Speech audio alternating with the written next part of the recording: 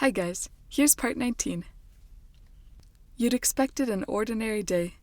Going to school, jamming with Jiro in the evening, maybe some extra training with Aizawa if he wasn't too busy grading. You did not expect to find yourself in a jail cell. You wrapped your fingers around the cold bars, contemplating whether you were strong enough to break them. Probably not. Not that you'd break out anyways. You were in here by mistake. Someone would have to realize that. Your ears pricked at the faint jingling of keys from outside the room as the doorknob turned. The door opened, spilling in brighter light than the weak fluorescent bulb could provide as two figures walked in. Leading the way was the deputy who had thrown you in the cell. Behind him... Dad? You gripped the bars and leaned forward to see better. He walked into full view, stopping in front of your cell. It was impossible to read his expression through the bandages on his face, but you were happy to see him all the same. Why was he just staring at you? Dad?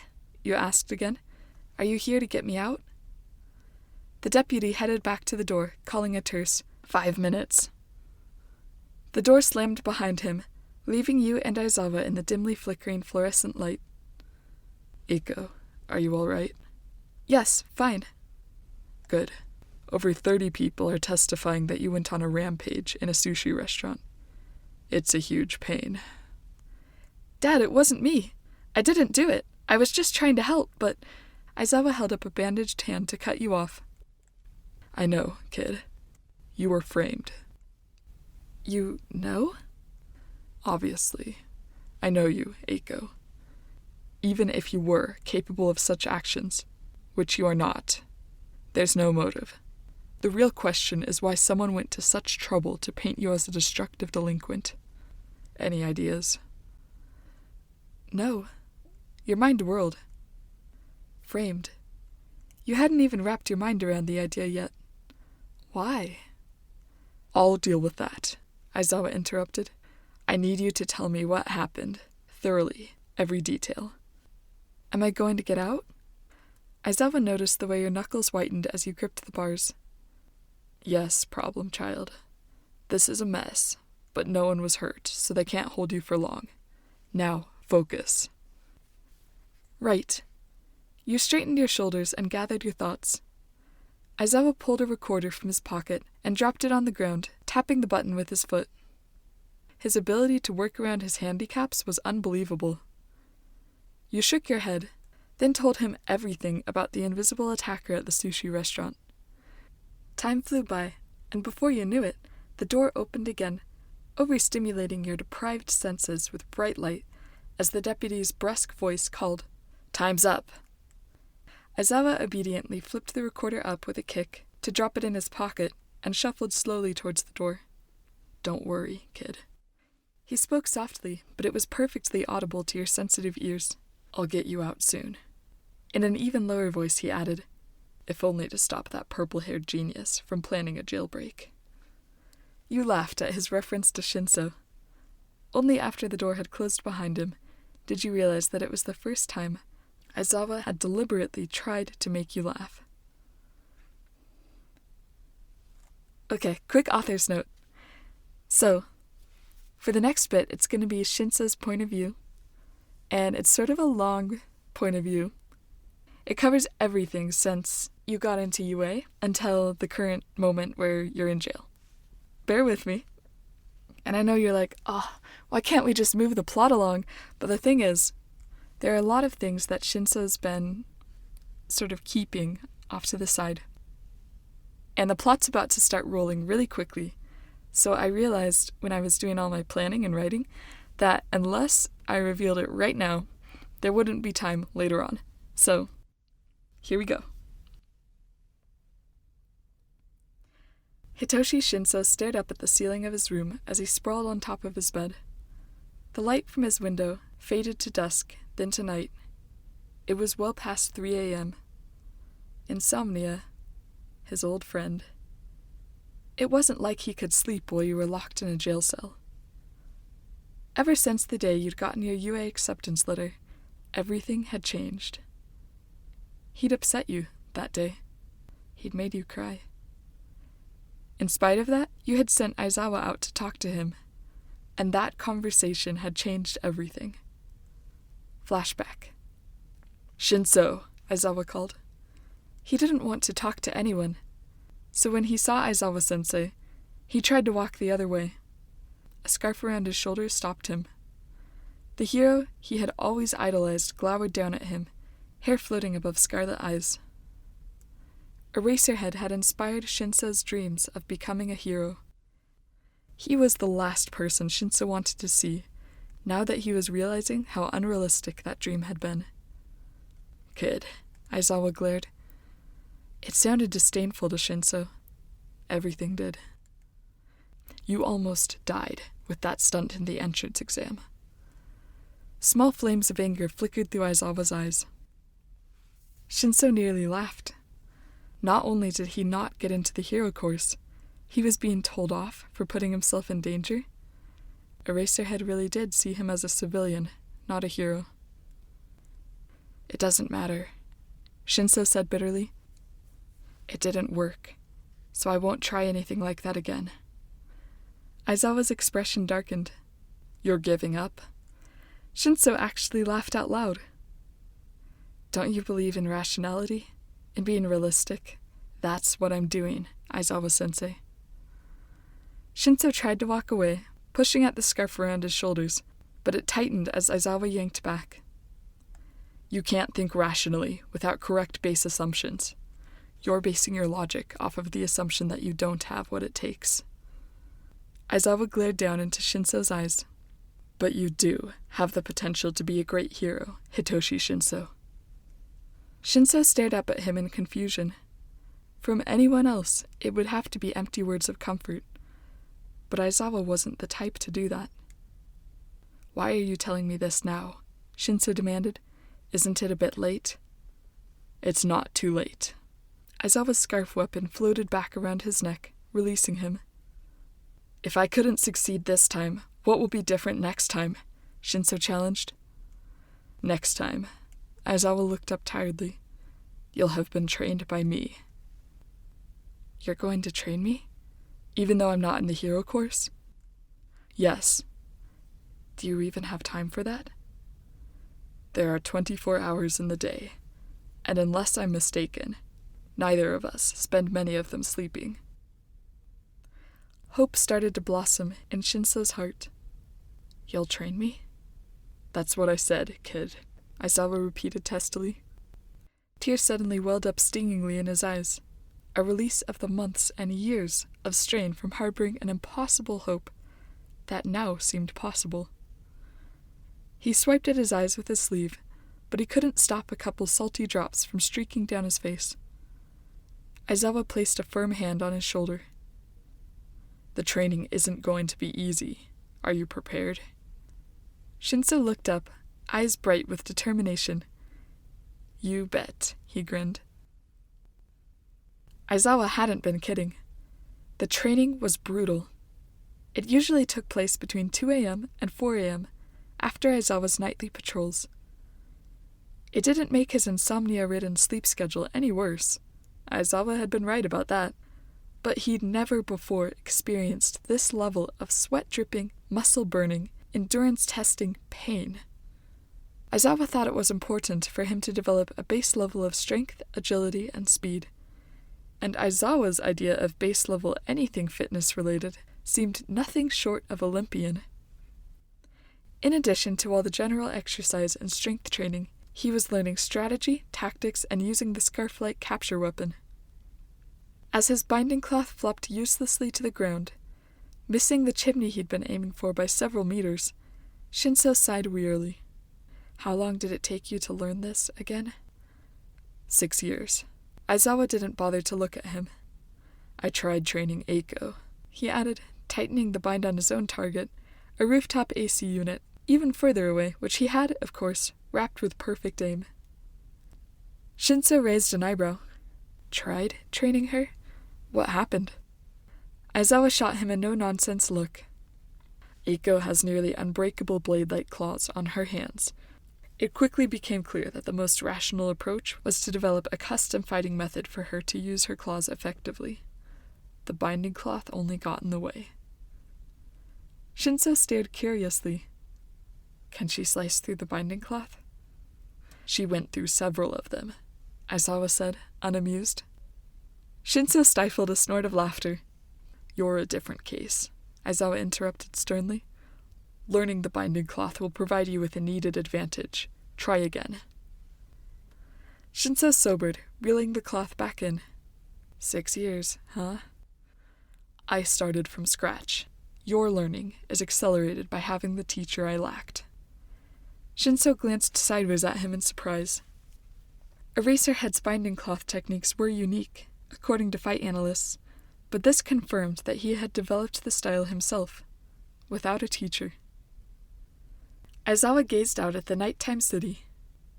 People like you and me have to be resourceful, he commented softly. When the time comes, if we can't look out for ourselves, then we're as good as dead. Shinso narrowed his eyes, processing the unusual advice. People like you and me? Aizawa met his gaze, eyes dark and unreadable. Keep on practicing, and remember, I'm not the type to waste my time on hopeless cases. The rigorous training continued over the next weeks. Shinso had had sore muscles for so long that he couldn't even remember what it felt like to not be sore. Sometimes, it was hard to tell if he was even progressing. But he had occasional realizations of how far he'd come. He would suddenly remember how few push-ups and pull-ups he used to be able to do, and how rare it had been to successfully wrap a target with the binding cloth. About 2 months in, Shinso happened to glance in the mirror as he started to put on a shirt. The shirt dropped from his stunned hands as he stared at his reflection. He'd always been kind of nerdy, a perfectionist in classes, never an athlete. But now? I'm ripped, he muttered, shocked. He turned in the mirror, almost unable to believe that his body had really gotten this defined. Clear-cut abs relaxed under well-built pecs and shoulder muscles, moving fluidly with his turning motion as he craned to look over his shoulder at the muscles on his back. He'd known he was getting fitter, sure, but what in the world? He hurriedly picked up his shirt from the ground and let the fabric slide down to cover everything. This was just a step towards a bigger goal. High school eventually started. It was the first time since primary school that he hadn't been in the same class as you. He could tell that it hurt you, the fact that he couldn't come with you to the hero classroom, the fact that the childhood dream he told you about wasn't happening. He smiled wryly to himself. You were so you to worry. But his own concerns had evaporated the moment that Aizawa had told him he had what it took to be a hero. One day, he would surprise you. For now, he walked away and didn't look back. Shinso didn't see you or hang out with you as often. He figured you didn't reach out because you were busy with hero training. And honestly, he was so busy and exhausted from his own schedule that he barely had time to think about it. Between getting the top scores of his general studies classes, working half-time at a local bike shop to help his mom with the bills, and training at odd hours of the day with Aizawa. He was content, sure, but it didn't leave any excess energy. He assumed you were in the same boat. That is, until you showed up on the rooftop of his house one day, rubbing against his leg in cat form. Good to see you too, Eiko, he greeted, amused. You shifted to human form, wearing your uniform, and brushed a strand of dark hair behind your ear. He followed the motion with his eyes. You looked down uncharacteristically shy, and doing the unconscious hand-fidgeting motions that you did whenever you felt especially awkward. Shinso? You spoke softly, flashing a look up at him with sunset gold eyes. I've missed you. He stared at you in surprise.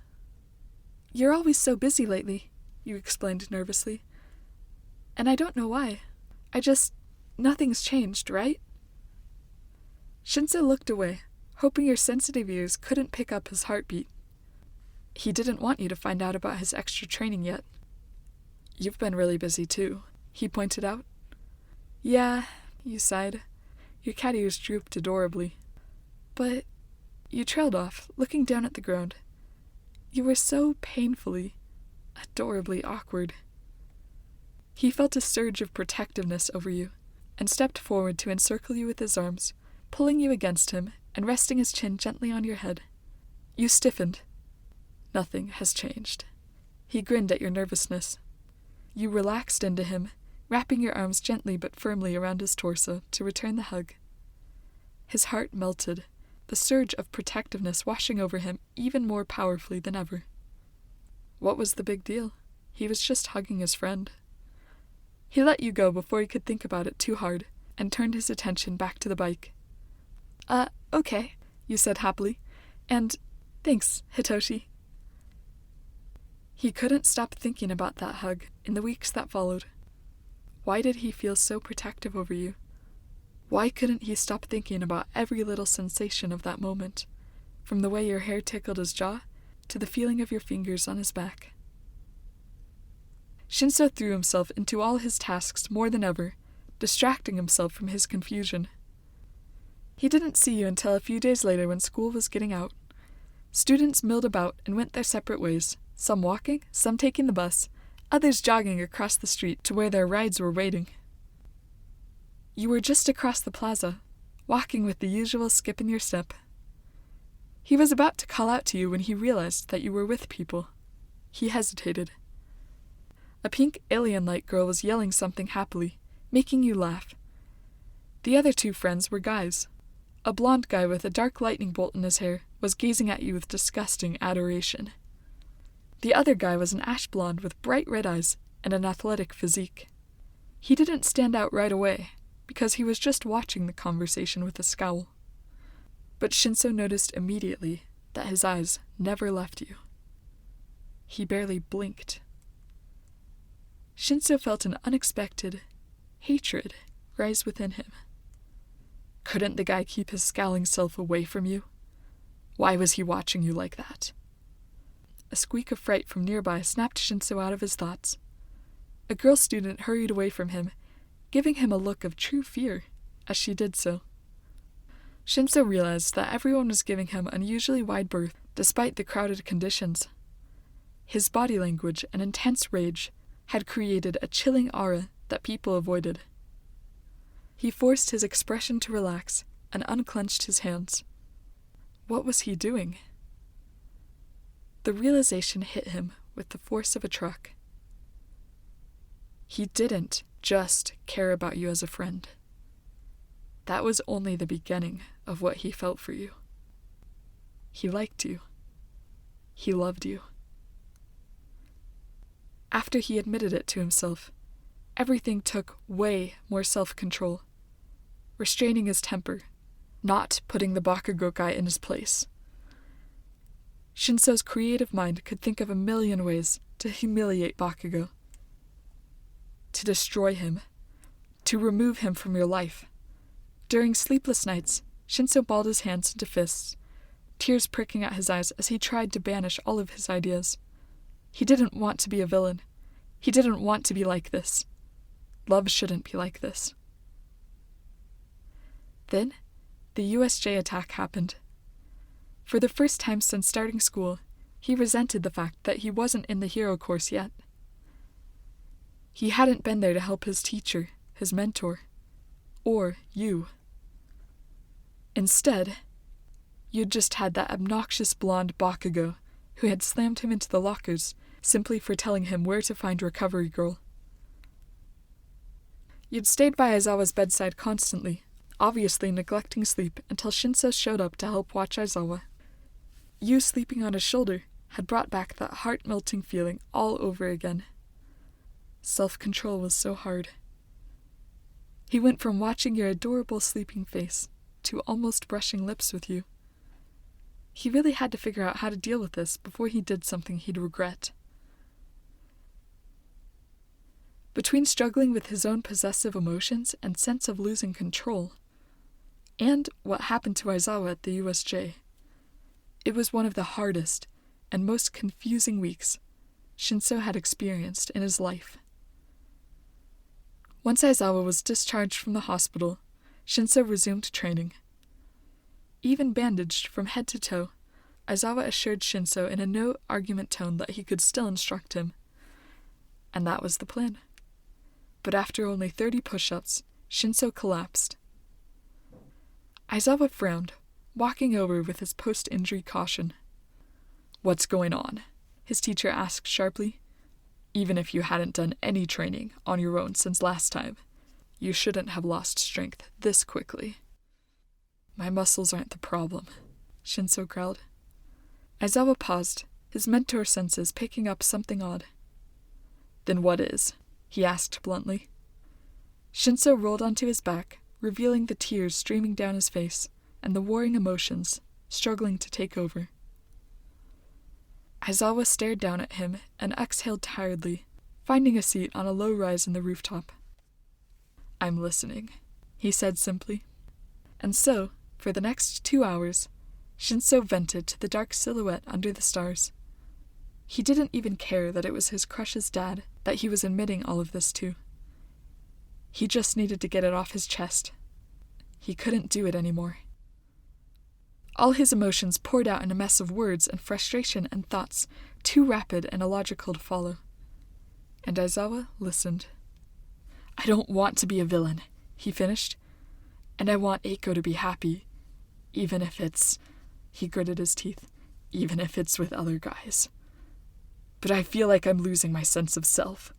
I hate who I'm becoming. I hate feeling out of control. I really, really thought I was better than this." Shinso fell silent. "Well, for one thing," Aizawa said dryly, "Eiko isn't allowed to date until she's 17. Shinso stiffened, feeling instant regret for talking to Aizawa about this. Not that he didn't want to respect the rules the Aizawa family had decided on. But if Aizawa was just going to tell him that, and not address anything else he'd said, well, Shinso could already feel the shame spiraling within him from everything he'd opened up about. "I'll respect that rule, sensei," Shinso said stiffly, willing the ground to swallow him whole. "I know you will, kid," Aizawa said. Shinso turned to look at him, surprised. Aizawa patted the place next to where he was sitting, the gesture awkward with his bandaged hands. Shinso sat down cautiously. "A lot of people have trouble with self-control. There's a hormonal problem child in my class right now that I'm considering expelling." Shinso stared out at the city bleakly. That wasn't exactly encouraging. "But you and him are exact opposites, Shinso," Aizawa continued. "You have a deep respect for people. That's why losing control around people you care about is painful. You are not complacent. You are fighting back, prioritizing what is most important to you, instead of temporary urges or petty desires to humiliate someone. How does any of that matter if I end up losing control anyway?" Shinso frowned. Aizawa paused. "Why didn't you get rid of Bakugo? Your idea of provoking him in front of a surveillance area sounds like it could have worked. Frankly, a lot of your ideas could have worked. But you can't do any of them, now that you've told me." Shinso looked down at his shoes, frustrated. "I don't know." "You asked why your effort matters if you lose control anyways? That's the perfectionist in you talking. If you mess up, try again. Apologize to anyone you affected. Make it right. As long as you keep trying, you'll eventually become the person you want to be. Self-control is a muscle. The more you exercise it, the stronger it gets. The strain you feel right now is evidence of the fact that you are already starting to exercise your self-control. What if it's just evidence that I'm turning into a villain? Kid, you are the farthest thing from a villain that this world has ever seen. Staying true to your ideals will get easier with time." He was silent for a minute. "When I was a student, I had a friend who always encouraged me to be confident in myself." Shinso looked at Aizawa as though he'd grown another head. Aizawa had never once shown uncertainty or indecisiveness. Eraserhead lacking confidence? I can't picture that. Whether or not you can picture it, I'm stating facts. Confidence was a quality I wanted, but could never seem to find. Aizawa paused as memories came back to him. As my friend continued to encourage me, and I continued to want confidence, it came.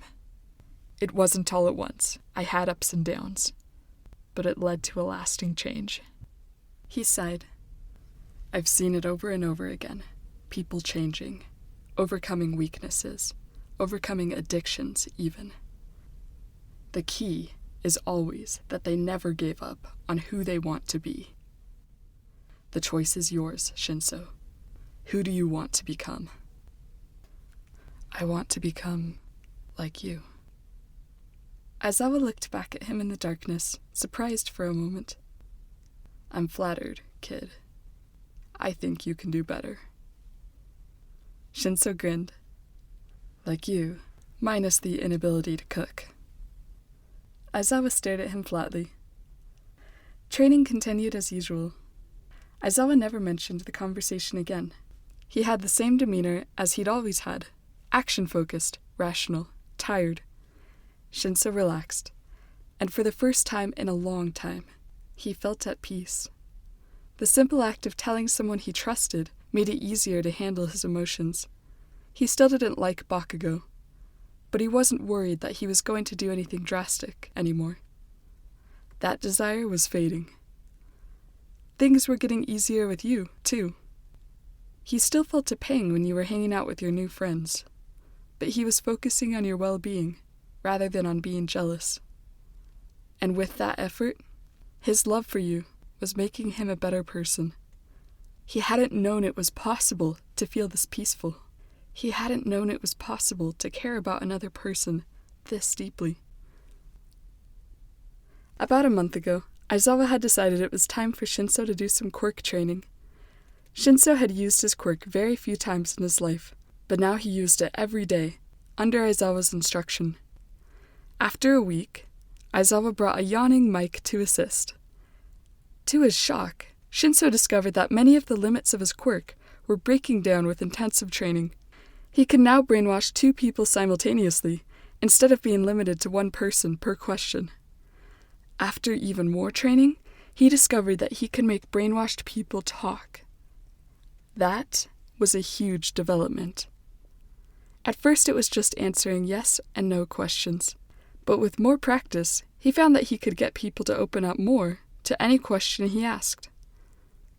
It was a lot of mental work, exploring the link he had in his mind with the people he controlled. Training often just looked like standing around, eyes closed, sweat beading on his brow from focusing on the task he'd been given.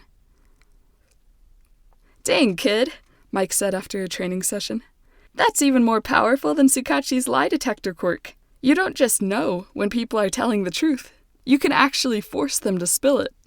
Shinso grinned. He'd asked Mike and Aizawa if they were really okay with him using brainwash on them, but they both assured that it was fine. Aizawa had reluctantly given him a list of topics that he was not allowed to ask about. Reluctant because he knew that giving a list of off-limits topics would arouse Shinso's curiosity. He was right. Shinso had the list memorized. Off-limit topics were All Might, Eiko, and relatives of anyone present. It wasn't really surprising to Shinso that All Might had secrets. He was the number 1 hero. But why Eiko? You were best friends. You already told him everything about yourself. And why relatives of anyone present? Did Aizawa or Mike have relatives that they didn't want to talk about? Shinso had no way of knowing that the off-limit item was there to protect him from finding out about his own father. Aizawa interrupted his reverie.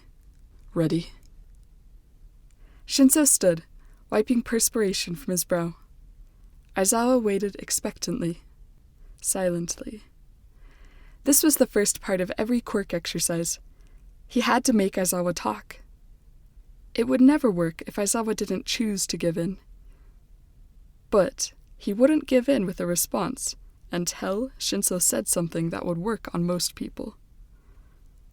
I'm ready. Shinso climbed to his feet and activated Brainwash. Are you? It was a weak attempt. Aizawa just smirked. Shinso's mind shuffled through strategies to make him talk. Bringing up sensitive topics was a good one. But Aizawa didn't seem to have any buttons to push. Or maybe he did. Why are you training me? Shinso asked. Aizawa remained silent as they circled each other warily. If Shinso took too long to brainwash, Aizawa would attack him and give him some unwanted combat practice. It was the closest simulation to a real fight. Real villains wouldn't wait around forever. Ever since the USJ, they'd adapted the exercise, since Aizawa wasn't in a condition to spar. Now, as soon as Aizawa stepped forward to attack, it counted as a win for the villains. Shinso had to brainwash him first. Why do you bother to teach at all? Shinso continued. You know that as soon as we go out into the real world, all your warnings and advice are just going to fly out of our heads. We'll just throw our lives away the minute you're not looking. Is that what you want? Aizawa's eyes looked harder than usual as he gave a stiff nod of approval. Good job pushing people's buttons. Shinso had him blank-eyed and under control at once. Shinso walked towards the hero, maintaining the link of brainwash. It took a lot of focus to maintain the link well enough to ask questions. He asked the first thing that came to mind. What was the name of the friend who encouraged you to have confidence? Oboro Shirakumo, Aizawa said in a robotic monotone. Shinso tilted his head. He'd never heard the name before. Do you still talk to him? No. Shinso should have had warning bells going off in his head, but he was too focused on maintaining the link to realize that he should end that line of questioning. Why not? He was killed during our internship in our second year at UA. Shinso started, losing focus and dropping the link. Awareness returned to Aizawa's eyes. I'm sorry, Shinso gasped. I didn't mean. Aizawa held up a bandaged hand, cutting him off. No need. It wasn't on the off-limits list. But still. Aizawa turned away. Enough. Let's call it a day. You did well, Shinso. Shinso thought more about the stolen knowledge as he tried unsuccessfully to sleep that night. He'd been an Eraserhead fan since he was young. Little was known about the elusive hero's past. Shinso was starting to piece it together. Aizawa had lacked confidence when he was younger. He developed a new fighting style entirely on his own without a teacher. The person who apparently helped him develop confidence died after less than 2 years at UA. And I thought my life was hard, Shinso muttered. He couldn't imagine losing Eiko. The thought was so terrible that for a second he couldn't breathe, but he forced himself to be calm. That would never happen. You were too strong. Even if you weren't, he would protect you. The next day, he was biking to UA when he saw you running down an alleyway. Eiko? He called, confused. At the sound of his voice, you spun around and ran from him. Something was wrong. Anxiety stabbed at his heart, imagination going into overdrive. He caught up in a burst of speed, whipping his bike in front of you to stop you, demanding to know what was going on. Not now, Shinso, you said, and in an instant he brainwashed you. He regretted it as soon as he forced you to tell him. He'd overreacted. He shouldn't have jumped to conclusions. Now, you would hate him for forcing you to talk. But you didn't hate him. You told him to stay. You said you'd let it go, in exchange for the insignificant price of salmon sushi.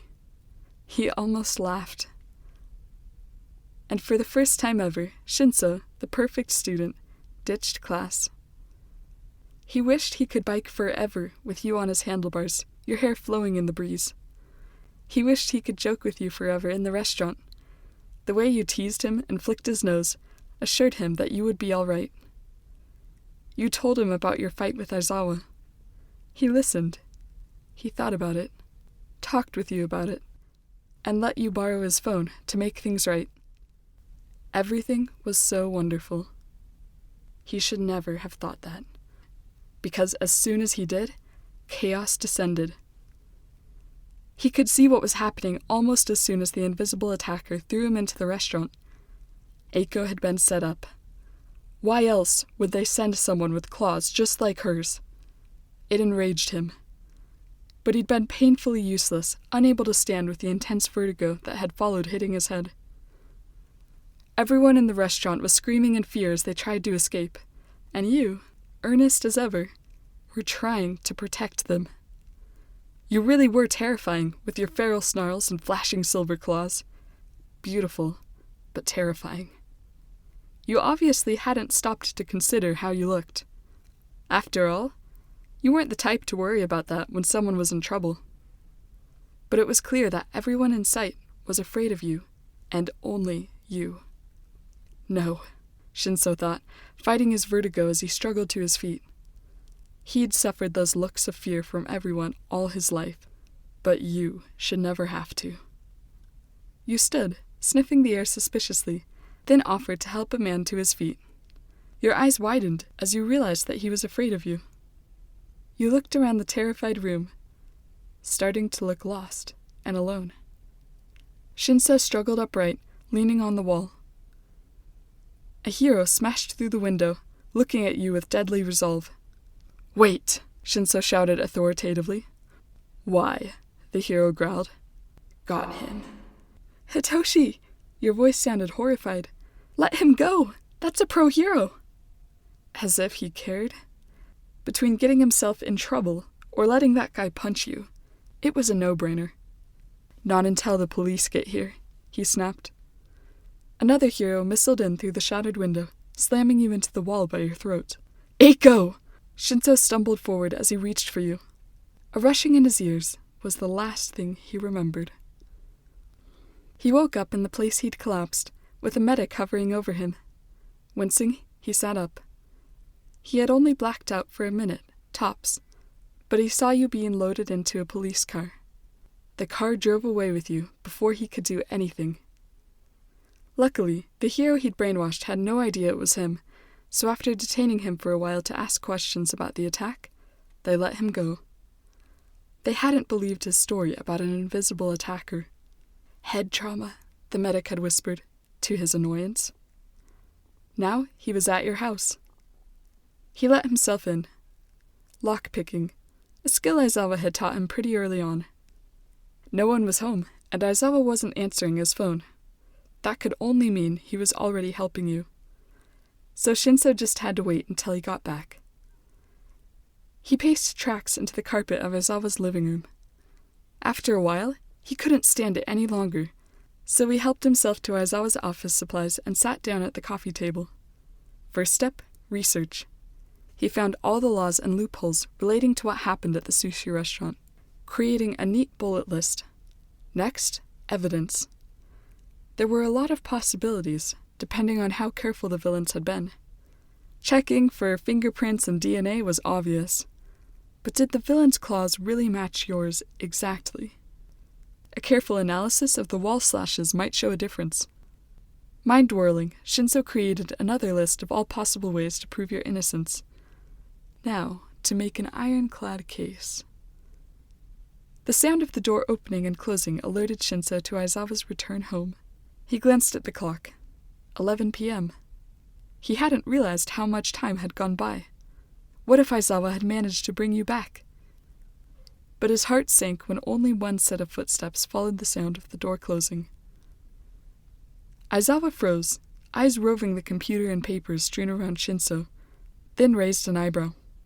"How did you unlock my computer?" "Lucky guess," Shinso shrugged. "Kitten 0419. Don't you know that you shouldn't use your birthday for numbers in your passwords?" "Not everyone is a tech guru." Shinso smirked slightly and closed the laptop, gathering his papers to tidy them. He was almost afraid to ask what he most wanted to. Aizawa beat him to it. "Eiko is going to stay in the jail for tonight," he said impassively. "The idiots running the investigation seem to think that she might pose a danger to the public, so they want to monitor her for a while. Without anyone being injured, though, they can't keep her for long." Shinso nodded. He'd figured as much, based on the laws he'd looked at. Aizawa came around to the table and picked up a stack of papers. An eyebrow rose as he leafed through, scanning the contents of the notes and lists. "Are you sure you don't want to be a lawyer?" "I just want to get Eiko out," Shinso insisted, flushing slightly. Aizawa sat down tiredly. "Probably for the best. I don't think the legal world could handle you." He glanced sideways at Shinso's dark eye bags. "Go home and get some sleep, kid." Shinso rubbed his eyes. That would be pointless. He didn't have to explain further. His mentor understood insomnia. With some difficulty, Aizawa managed to get a small device out of his pocket, a voice recorder. "Then I'll put you to work," he said, clearing aside some papers. "Since you already seem to be doing that, whether or not I'm directing it." Shinso smiled wryly. That's exactly what he'd wanted to hear. They listened carefully to a recorded account of what happened. There wasn't a lot to go off of, but it did generate a couple more ideas for the evidence list. Aizawa looked over the list critically, but set it down looking impressed. "I think I can pull some strings through Tsukauchi to get them to take another look at the crime scene." "Good," Shinso nodded. Aizawa's face darkened at something on his computer screen. Shinso craned his neck to peer over his shoulder. It was a video clip. Shaky, likely recorded from a smartphone by one of the people at the restaurant that day. The shaking footage focused on a cat-eared girl standing in the middle of toppled tables and smashed food. The viewer seemed to be backing away. The cat-eared girl suddenly whirled, golden eyes flaming as she sprinted towards the viewer with a blur of silver claws. "Oh no you don't!" she snarled. The viewer screamed, ending the clip, and it froze on an unflattering image of you, with your lips pulled back in a snarl as you attacked. The video already had almost 1 million views, and the views were skyrocketing even as they watched. Aizawa stared at the screen in disgust, as though he needed another reason to hate the media. He closed the computer without a word. Shinso ran out of things to do around 3 a.m. and somehow managed to fall asleep with his face smashed down on Aizawa's coffee table. Aizawa got up and tossed a spare blanket over the boy's shoulders, then tidied Shinso's notes and took them upstairs to continue working. As a result, he was a red-eyed zombie the next day, while Shinso was relatively well-rested. But between the two of them, they managed to pull the strings to arrange for your release. They could not, unfortunately, prove your innocence. Even the wall gashes matched your claws perfectly. Someone had gone to a lot of trouble to frame you. Only Shinso knew exactly how much Aizawa had to pay to get you out of jail. He watched the hero for signs of dismay or stress, but Aizawa paid up without batting an eye. Shinso finally went home, knowing that you would be able to leave the jail the next day. And that brought him to this moment, sleeplessly staring at the ceiling. He wouldn't feel like himself until he saw you again. The last sight of you, being loaded into a cop car, haunted him. His phone dinged with a text. He glanced at it, from Aizawa-sensei. "Go to sleep, problem child," it read. "How did you know?" Shinso texted. "On patrol. Saw your light on." Another text followed. "Quit worrying, kid. Eiko is tough. She takes after her dad." Shinso chuckled, fingers rapid typing. "Knowing your password ruins your tough image." Aizawa texted back a minute later. It was a selfie of the erasure hero, giving Shinso a flat look as he held up a very dazed and beaten-up villain by his collar. "Touché," Shinso texted. He leaned back, shifting to a more comfortable position. The phone dropped out of his hand as he fell asleep. I can feel it somewhere inside, haunting like a drug I keep on wanting. There's a love that fits so perfect, it's hard to believe. There's a reason I can feel my heart stop beating, and the air gets tough just breathing. I'm alone, but I'm still feeling like someone's with me. Hey guys, it's Anya Kay. This was really fun to write. I wasn't planning to reveal all of Shinso's secrets so early on, but as I was writing out the full plot, I realized that once the final arc really gets rolling, there won't be a good chance to reveal all of Shinso's point of view. I've been planning Shinso's point of view for a long time. You'll notice that all the details perfectly match with your point of view, starting in part 14, where you watched Aizawa talking to Shinso from a distance.